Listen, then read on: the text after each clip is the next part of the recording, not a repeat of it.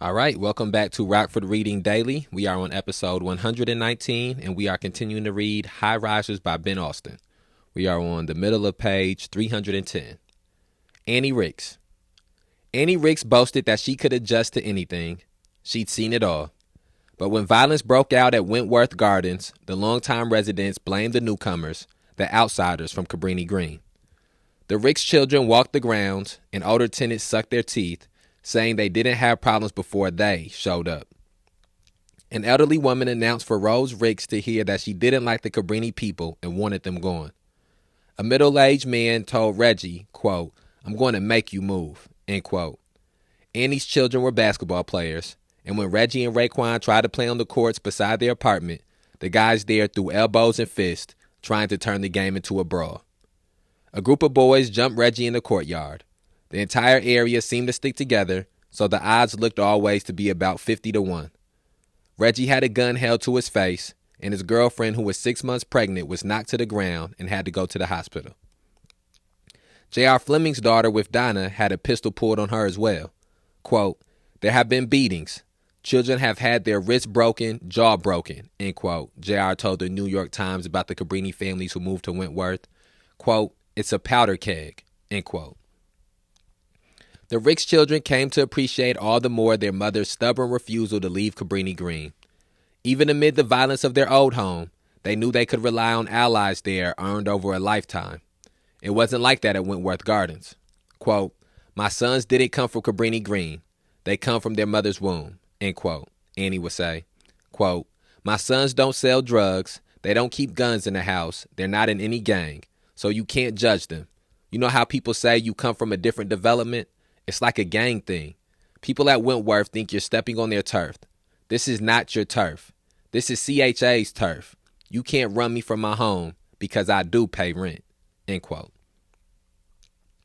On an airless Saturday in the summer of 2012, Ricks went outside around midnight. She'd been indoors with her grandchildren for hours, upset with Rose for leaving the babies with her all day. She set up a small table, placing atop it a transistor radio and a can of bug spray. She popped open a bottle of iced tea she bought at the nearby gas station and turned the radio to a gospel station. She had about 10 minutes of relaxation before she heard screaming and cursing in the distance. She recognized the voice before she saw him. It was Reggie. He came sprinting toward her out of the darkness with Raekwon beside him and a mob of 20 men at their heels. Her sons had been at the apartment of a friend, another former 1230 North Burling resident who'd moved to Wentworth. A group of guys had forced their way into the unit. Reggie and Raekwon managed to punch and push their way out before taking off across the interconnected courtyards. While Reggie was running and fighting, an elderly woman came outside to smack him with the broom. A man hit him over the head with the lid of a Weber grill. Reggie and Raekwon dashed past their mother and up the stairs to their apartment, their pursuers rushing past her as well. Rose, who was inside, opened the door for her brothers, and the Wentworth guys charged in behind them, colliding into her. Annie Ricks ran up the stairs after them. Quote, "Home invasion," end quote, she cried. In the cramped apartment, one of the invaders knocked the television off the wall and stumped his foot through it. They pushed over a chest of drawers and threw chairs. Reggie picked up a cooking pot off the stove and swung it. Rose armed herself with the mop. Their mother always carried a fist of keys with her, and she now punched with it. She had the aerosol can of bug repellent as well, and she sprayed it into any face close by. Quote, "I'm just going to say it like this," end quote, Rick said later that night. Quote, "We did whatever we had to do to get their asses out of our house. God told me to get the bug spray. I had to protect my sons, but I'm not mad. If I get mad, it wouldn't be me," end quote. When the police arrived, When the police arrived, they were what Ricks described as, quote, Bridgeport police, end quote. White cops, seemingly from the traditionally Irish neighborhood just to the west. The officers laughed at Reggie, who was bleeding from his head. Ricks later asked for a police report, but the cops said only Reggie could request one. By that time, he was on his way to the hospital. For 2 weeks after that night, Ricks stayed with a relative in the Cabrini row houses. Her daughter Ernestine put up Reggie and Raekwon. Rose moved temporarily to a place in the western suburbs. Quote, "It isn't safe for them at Wentworth," end quote, Rick said. She complained about Wentworth Gardens to anyone who would listen, talking to Carol Steele and calling on the many reporters who'd interviewed her when she'd moved in the first place. Quote, "It's been hell," end quote, she insisted. Quote, "I'm going to say it just like this. They damn near killed Reggie. Ever since December 9th, 2010, I can't get a good night's sleep," end quote. That was the day she left Cabrini-Green. A social service provider asked Ricks if she wanted to go to a shelter. She didn't. A shelter wasn't any place to live. Quote, "That's like giving up," end quote, Ricks said. The CHA says she could move to the Cabrini row houses as part of the agency's victim assistance program, but she didn't want the row houses either. Quote, "Why should I go from harm to harm, from hell's dangers back to hell's danger," end quote. Plus, the row houses weren't sized right for her family. With the home invasion, her old stubbornness returned. No way was she going to be cheated out of a 4-bedroom again. Not this time.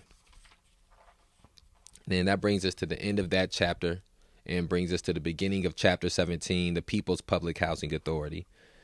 And I believe that this is our last chapter in here. No, we got one more chapter after this. So we got 2 chapters left.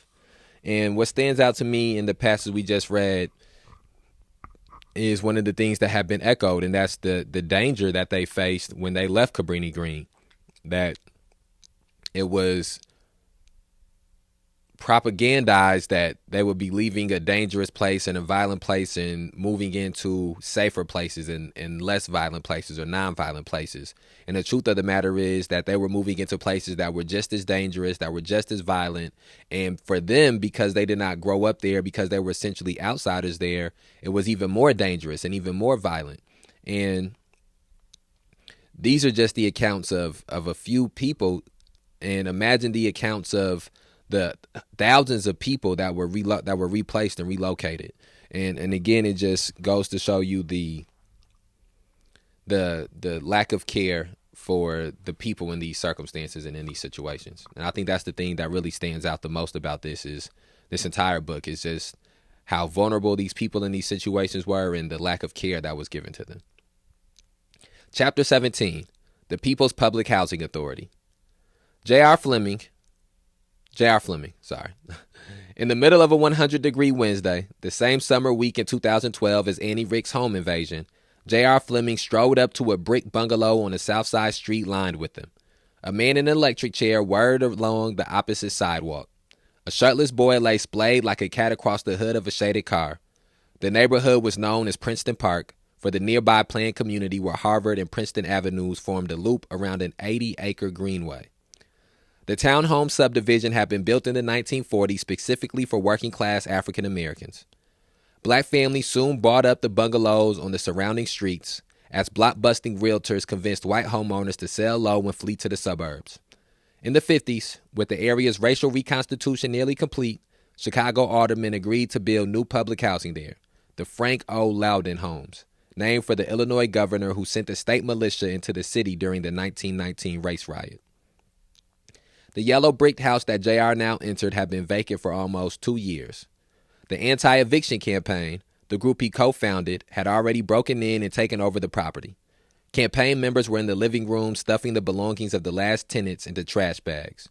Quote, "In an eviction," end quote, JR noted, quote, "you took what you could, not what you should," end quote.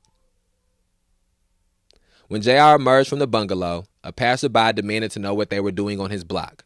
A man in his 50s, he was a security guard at a lakefront condo tower several miles away.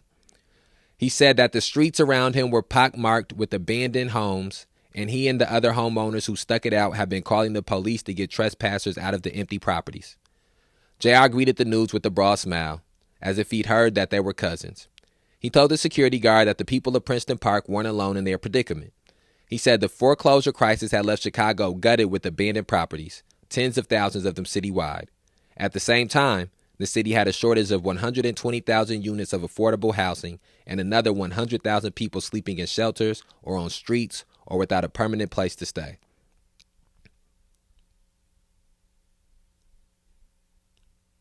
Quote, "Do the math," end quote, he demanded. Quote, "This country doesn't have a housing crisis. It has a moral and political crisis. Can you feel me?" End quote. JR denounced the housing industry whose greed brought low not only black neighborhoods, but also the entire national economy. Quote, "The banksters are gangsters," end quote, he yelled. JR was enjoying his indignation. He lived for these public proclamations. 39 and still broad across the shoulders and chest, he had softened around the middle, and a skunk-like streak of gray ran up the center of his dreadlocks. He wore a medallion in the shape of the African continent over a loose-fitting anti-eviction campaign t-shirt, which advertised that his organization had chapters not only in Chicago, but also in Cape Town, South Africa. In salesman mode, JR explained to the man that his group had freed up a dozen abandoned homes in Chicago over the past year. Without seeking permission from any bank or the city, they pulled the boards off the doors and windows, made the properties livable, and moved in families in need of housing. Quote, "What we're doing is playing matchmaker," end quote, he said, laughing. Quote, "We're connecting homeless people with peopleless homes," end quote. It was simple, logical, right? He said that the families that resettled into these properties wouldn't pay rent or mortgage. Many of them were former public housing. Oh, lost my page. 1 second.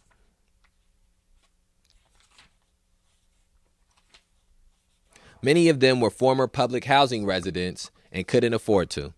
He chuckled deeply, asking the security guard if that wasn't preferable to a vacant home further deteriorating, turning into a haven for gangbangers or drug users. The older man had been nodding in agreement, unable to interject. Finally, he said, quote, "I'm glad to see you guys doing something positive," end quote. It did make sense to him. He was like a lot of people in neighborhoods such as this one. After living through decades of decline followed by the foreclosure crisis, they'd revised their economic understanding of real estate. Of course, they had considered their homes to be commercial assets, rock-solid investments that would steadily increase in value, but that was before their neighbors left and before the bubble popped. Black wealth in the country, already a fraction of that of whites, had been cut in half in the previous few years. Suddenly, a productive squatter next door seemed less like a criminal or a freeloader than a possible boon to a struggling economy. The man did have one question, though. Quote, "How might I volunteer on that?" End quote. The anti-eviction campaign hosted its weekly Thursday night meetings at its headquarters, a corner lounge on the south side that itself had been in foreclosure for a few years. The group's secretary was a woman named Shirley Henderson, who had worked in the mortgage business herself. The financial crisis led to her losing her first job, then her home, from which she'd been illegally evicted, officers barging in without a warrant, guns drawn on her and her grandchildren. A year into her battle with the bank, she was at the courthouse when an officer told her about a boisterous young man from Cabrini-Green who'd been accompanying people to court. Quote, "When you're in foreclosure," end quote, Henderson said, quote, "you look for help anywhere you can get it," end quote. She now tried to sort JR's roving weeks into some semblance of a schedule. There were days he led protests outside the downtown offices of Fannie Mae and Freddie Mac. Other times he enlisted campaign members to inundate banks with emails and phone calls demanding that a customer's delinquent mortgage be reworked. He led blockades outside homes to thwart banks from carrying out evictions. He'd marched into a cramped Harris Bank with a team of protesters and a nonagenarian named Emma Harris, who'd been set up by the lender with a sublime refinance with rates that eventually ballooned. Subprime refinance with rates that eventually ballooned. After she went into foreclosure, the bank, rather than giving her a chance to rework her mortgage, quote, quit-claimed, end quote, the property, forfeiting its ownership and handing the buildings over for free, not to her, but to a third-party developer. At the branch, JR thundered into a bullhorn, quote, "This is a Harris versus Harris showdown," end quote. Back in 2003, JR's awakening to public housing activism was sudden, the result of a police officer's fist to his face. How he came to guerrilla-style housing activism was more gradual. In 2009, JR was organizing against Chicago's bid to host the 2016 Summer Olympics. No longer hog butcher or toolmaker, Chicago had by then come out of its post-industrial decline as a new economy tourist destination for the world, a player with derivatives and trade shows, a city of big transportation hubs. While these industries breathed life into the city's central area, they couldn't support the sprawling Chicago that was. Chicago felt increasingly like a ring city, like London, Hong Kong, or Paris, with the moneyed elite residing in a prosperous core and poor people and minorities relegated to the resource-starved peripheries. And now Chicago was vying to build an aquatic center and a velodrome. It wasn't even housing its citizens or funding its schools. When Rio, not Chicago, was awarded the 2016 Games, Republicans in D.C. spun it as a rejection of their caricature of President Obama's mobbed-up hometown ties and of his entire big government liberal agenda. Locally, though, J.R. felt he'd helped avert a gross injustice. It was proof to him in the power of protest. Later that year, J.R. learned that the United Nations Special Rapporteur on the right to adequate housing was carrying out an investigation across America. When she came to Chicago, J.R. was the one to show her around Cabrini-Green. The United Nations concluded that affordable housing conditions in the United States matched those in the Third World. J.R. read the report and felt like he did in high school after his football team ran all over a rival. Quote, "I'm thinking touchdown," end quote, he said. He believed that the international censure would shame Mayor Daley into preserving more of the city's public housing. He expected that the black president from Chicago would feel the scorn of the world and create an effective, affordable housing policy for the nation. He thought that organizers in Chicago had finally saved Cabrini-Green. Of course, none of that happened. Despite the admonishment of the United Nations and J.R.'s own cries of wrongdoing, all the towers that remained at Cabrini-Green were torn down. And I think I want to take a minute to reflect there. What stands out to me in the passage we just read is the comparison of the housing crisis, the housing conditions that existed in Chicago and those in third world countries. And when you think about the type of affluent society that we have in America, it's no reason that any city in this country should be dealing with the same type of housing conditions that exist in third world countries. And then something else that stands out to me is how we've watched the transitions of Chicago, and we watched the different phases that Chicago has had. And no matter which phase it was in, no matter what transition was going on, the people who were always at the bottom of the totem pole were the black people, the people who were always having their neighborhoods exploited, who were always having their neighborhoods lose resources, were the black people and the people of color. And I think that that's important to point out because of that, because of the fact that these issues are so deeply rooted in racial injustice. These issues are so deeply rooted in racism and prejudice and bigotry. And when we say police terrorism, mass incarceration, and racial injustice, there's so many things that encapsulate each one of those things, and they each feed off of each other. And it's important to know how the housing situations that exist in our society, the community and neighborhood situations that exist in our society feed into the issues of racial injustice, feed into the issues of mass incarceration, feed into the issues of police terrorism. And I think that this book has done a great job of displaying that for the city of Chicago and for Illinois and for America in general.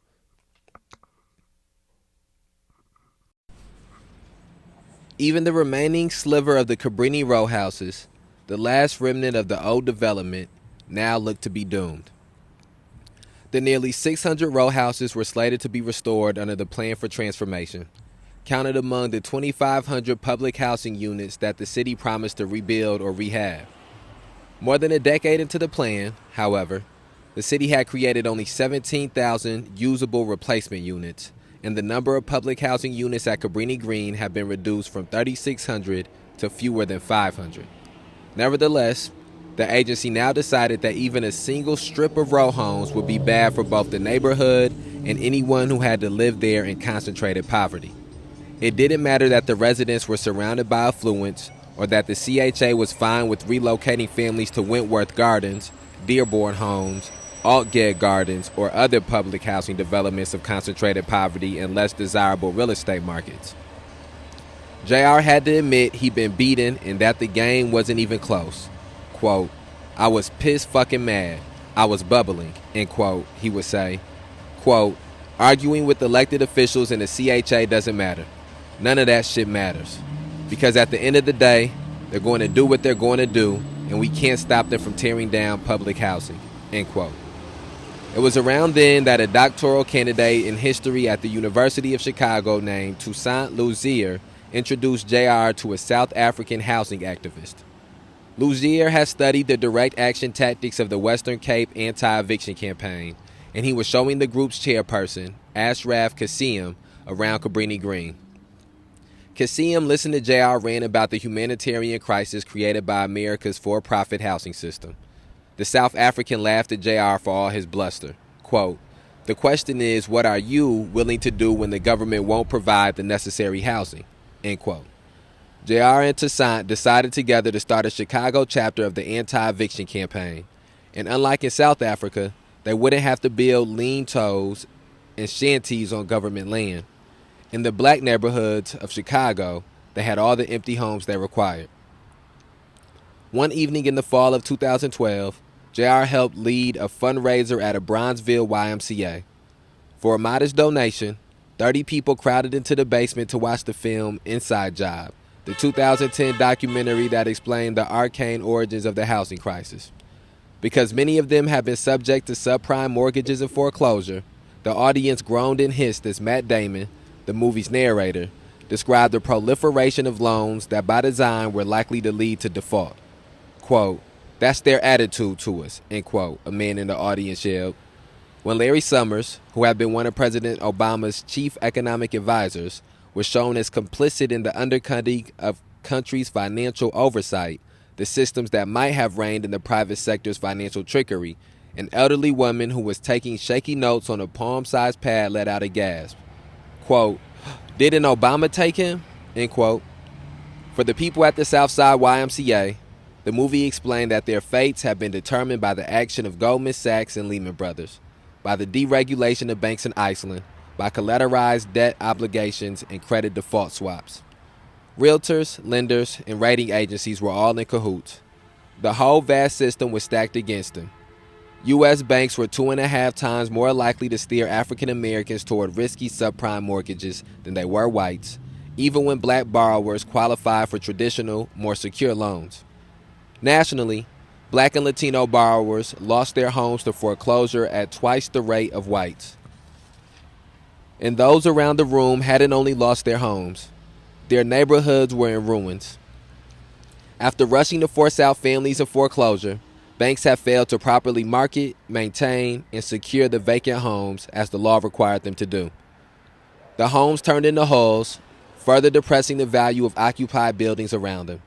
By 2012, 40% of the people who own houses in Chicago's black communities owe more on their mortgages than their homes were worth. When Inside Job ended and the credits rolled, JR stood in front of the group, bouncing on his toes as if he just watched Rocky.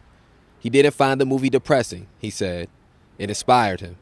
He's seen it 19 times and hoped to see it 150 more. It was true that Obama and his people could not be trusted. The president's men believed in housing not as a human necessity, but as an engine of economic growth. Quote, "Yeah, we got change, chump change. Hope don't give you housing," end quote, JR said, mocking the president's famous campaign slogans. Quote, "The market failed us. Harvard, Yale, and the University of Chicago failed us. Our government, the government, doesn't belong to us. Forget them, they forgot us," end quote. That's why they were now doing themselves what Franklin Roosevelt had done for the country in the 1930s. Quote, "If the government won't provide public housing for the people must provide it for themselves," end quote, he announced. The takeovers of abandoned properties were infinitesimal compared with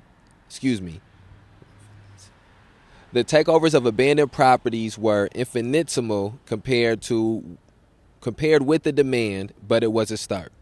That was a rough sentence. Quote, "What we need is the People's Public Housing Authority," end quote. What stands out to, and that's a changing of the theme within this chapter. And what stands out to me there is, as we're now getting to closer to present times, we are starting to recognize some of these names a little bit more with currently being part of the political system. I think that that's one of the things that I've gained an appreciation for throughout not only the Rockford readings, but throughout my readings the past 2 years centered around police terrorism, mass incarceration, and racial injustice, is getting the full map and the full scope of all the different parties that are involved with creating these social injustices. And a lot of times when you hear about things in the 50s and the 60s, or even if you go back to the 20th, 19th, 18th century, you hear these names, and these names aren't necessarily people who are still alive and conducting business and still alive inside of politics. But as you get closer to 2020, when you start going through 80s, 90s, 2000s, 2010s, 2020s, the names that are involved in these things become recognizable, and it hits home a little bit more. And I think that it's very easy to explain to somebody how Ronald Reagan did things that worked to the disadvantage of black people and brown people and poor people, or how Richard Nixon did things that worked in that nature. But it becomes harder to try to explain that to people about how Bill Clinton facilitated those same exploitative and oppressive politics and ideologies that disadvantage black people and brown people and people of color and poor people and working class people. And it becomes harder to do the same thing when it comes to Obama, because these people are current, and these people are present, and these people have been displayed in a certain light as the opposite of the Republican who's racist, or the opposite of Donald Trump, or the opposite of George Bush. And one of the things that I think that is important that you get when you come to reading all these books, reading these different pieces of literature, is the understanding that those people are more alike than they are different. And understanding that us as working class people, us as poor people, us as black people, people of color, people from subjugated, oppressed, exploited communities, we are closer and more alike with each other than we are with those people as well. And I'm happy that the readings that we've had within here, in these passages, you've seen some of these struggles that these people were dealing with turn to them to activism. And you see how Dolores Wilson and JR and Kelvin Ken and all of these different people that we read about, they became active in their communities around these things. They became active fighting against police terrorism, active fighting against mass incarceration, active fighting against racial injustice. And I think that that's a very important lesson to take from here too, is that these people's stories that we've heard about, they've taken the oppression and exploitation and discrimination that they've been dealt, and instead of allowing it to overcome them,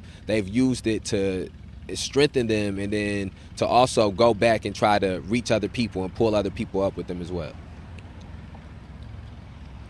Until he was 8, Rahm Emanuel lived in Uptown, the North Side Chicago neighborhood where his father settled not long after immigrating from Israel. But Emanuel's formative years were spent outside the city in the wealthy North Shore suburb of Wilmette. Much has been made of the way Emanuel's parents trained him and his two brothers to spar verbally and come at life aggressively.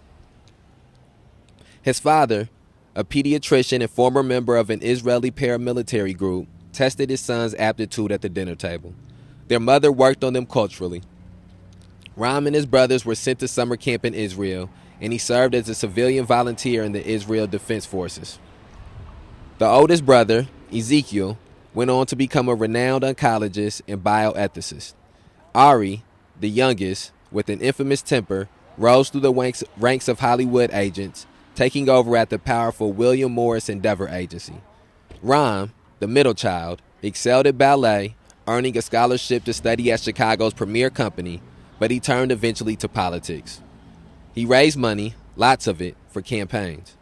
Argumentative and profane, he relished the combat in every ask, demanding tens of thousands of dollars from donors who had the gall to suggest a pledge of only a few thousand. He worked as the chief fundraiser for Richard M. Daley's first successful mayoral run in 1989, and at 32 served as the national finance director for Bill Clinton's 1992 presidential campaign, before assuming a role as one of the president's chief advisors. When Emanuel returned to Chicago in 1999, it was for a job at the local office of a major investment banking firm. In little more than 2 years with the company, with his long list of contacts in the Daley and Clinton administrations, he managed to earn $18 million. He spent $450,000 of it as he won a seat for himself in Congress in 2002. After Barack Obama tapped Emanuel to serve as his first chief of staff, critics characterized their shared Chicago roots as everything from provincial ineptitude to machine cryonism. When the administration pushed through its signature reform of the healthcare system in March 2010, Rahm's backroom arm twisting was hailed as a triumph of the, quote, Chicago way, end quote. Daley had been mayor of Chicago all that time. Through most of the first Bush presidency, both the Bill Clinton's terms, the entirety of the George W. Bush White House, and into the Obama years. In 2011, having already surpassed the more than 21 years his father had held office, Daley decided not to seek a record 7th term. Although he had won his last election in 2007 with 3/4 of the vote, Daley has since seen his approval ratings fall to an all-time low. There was the city's failed bid to land the 2016 Olympics game, as well as a fiasco involving the privatization of the city's parking meters. And maybe, too, he just had enough. The city's finances were in far worse shape than the mayor let on, and his wife of 39 years, Maggie, was dying of breast cancer. With Daley's blessing, Emanuel came back to the city to run for mayor. After a Daley in charge for 43 of the previous 55 years, Emanuel represented both the break from and the continuation of the past. He was something new, yet also a political and business insider, the type of pugnacious leader Chicagoans were conditioned to expect. At Cabrini-Green, in her row house's offices, Carol Steele talked about her high hopes for Mayor Emanuel. Every politician and public official she known had looked on as public housing communities were wiped out, as poor people and their problems were forced out of sight. But with Emanuel, she was willing to suspend disbelief. She had faith in Rahm not because of his ties to Obama. Quote, "Don't get me started on that one," end quote, she said. Emanuel made her think of the biblical story of Saul undergoing a conversion, transforming from a persecutor of Christians and into Paul, one of Jesus' apostles. Quote, "I think Rahm might be Saul going to Paul," end quote, she said. Quote, "I hope Rahm is Paul," end quote. As mayor, Emanuel did throw himself into the idea of Chicago. Quote, "Chicago was the great American city, the most American of the American cities," end quote, he said. Quote, "New York City looks out onto the world. LA looks in a mirror. Chicago is where people from and around the world and the country come to make home," end quote. Emanuel has served on the board of the CHA when the plan for transformation was developed more than a decade earlier. During his bid for mayor, he said little about the unfulfilled plan or about public or affordable housing. Then in 2012, with Emanuel announcing that Chicago faced a budget deficit of $636 million, and with the foreclosure crisis showing no signs of abating, his administration announced the creation of a Plan for Transformation 2.0, a, quote, recalibration, end quote, of the original goals. The new plan was much like the old plan. The CHA remained thousands short of reaching its promised goal of 15,000 new or renovated family units of public housing. With no sale of market-rate apartments to fund the building of low-income rentals, the city continued to add at most a couple hundred new public housing units each year. As part of the recalibration, the city did clarify that it wouldn't restore either the Cabrini row houses or the Lathrop homes, both amid gentrifying neighborhoods on the north side. And yet the demand for low-income housing in Chicago was as great as it had been in 80 years. When the CHA opened up a lottery in 2014, allowing people merely to sign up for an opportunity to get onto a public housing and Section 8 waiting list, 280,000 people applied, a quarter of all the households in Chicago. These, too, were people who'd come to Chicago to make a home. And then that is a changing of the passage, changing of the theme within that chapter. And I think we'll go ahead and end this episode here. It's a little bit short of our usual 30 minutes, but I think it's a good place to stop at. And that's the most that I've heard a lot about some of Rahm Emanuel's policies and some of Rahm Emanuel's politics. I think the thing that I think he may be the most known for now currently, besides serving with Obama, besides being the mayor of Chicago and some of the things, some specific things he did as the mayor of Chicago, is the Laquan McDonald case and the role he played in the covering up and the suppressing of the video of Laquan McDonald and being murdered. And I know that he was, when Joe Biden was running for office, Rahm Emanuel was rumored to be getting a seat somewhere on his administration, and I remember that the internet sort of went into a frenzy about it, and Twitter went onto a frenzy about it, and there was an outcry from the people to not allow him to have that seat, or that he morally and ethically shouldn't be having that seat because of things that he has done in the past. And I think that reading this, what Ben Austin wrote, was very informative for me personally to learn more about Rahm Emanuel. And I think one of the other things that stands out is the fact that two mayors, one a father, one a son, were for 80% of the last 60 years in charge of the city. And that goes to show you that there is whatever, and that explains why certain issues never got dealt with, why certain problems continued, why certain cycles continued unabated, because you have the same mind and the same family, the same ideology at work this entire time. And so the first Mayor Daley did not care about black people, did not care about people of color, did not care about poor people, not to the same extent that he cared about property value, not to the same extent that he cared about rich people and white people. And that was displayed in the type of living conditions he allowed for these people to have.